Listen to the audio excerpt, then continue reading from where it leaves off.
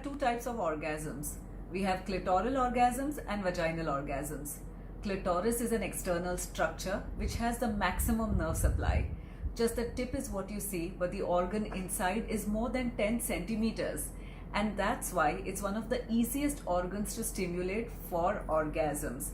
Most women who experience orgasms talk about clitoral orgasms.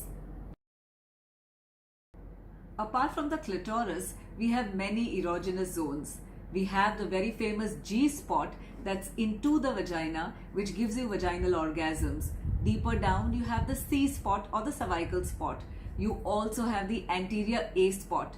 But apart from these genital sources, we also have non-genital reasons for climaxing. The commonest is stimulation of the nipple. It leads to the release of oxytocin, and that can lead to a climax. But remember the most important thing, the mind has got to be there in a woman to climax. So go ahead, experiment and find out your erogenous zones that can really give you the orgasm. There's so much confusion when we use colloquial words. Squirting, coming, gushing, orgasm, what is it?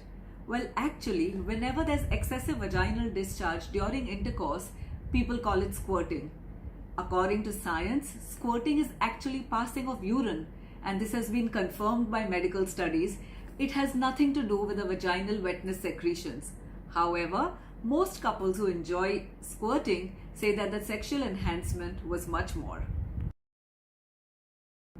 Masturbation is a physiological process. It does not change our period cycle. It cannot lead to preponement or postponement of periods. Masturbation does not lead to labial asymmetry. At the most, excessive labral stimulation can lead to a slight thickness, but nothing more.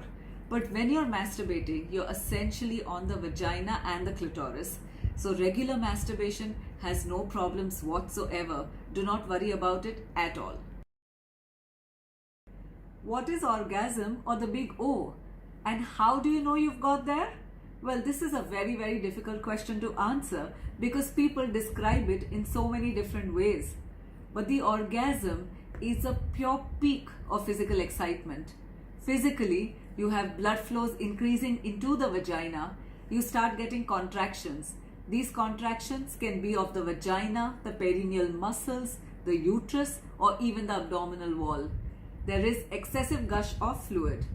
Emotionally, people describe it as being ecstatic and out of the world experience, and they feel that it's a pleasure like never experienced before. It can last for a few seconds to about 50 seconds, but when you get the orgasm, you will surely know the big O. There's so much exciting news on the vagina that I want to share. Follow us on Once Upon a Vagina for everything vagina. All the news, all the updates in a phenomenal form. See you there.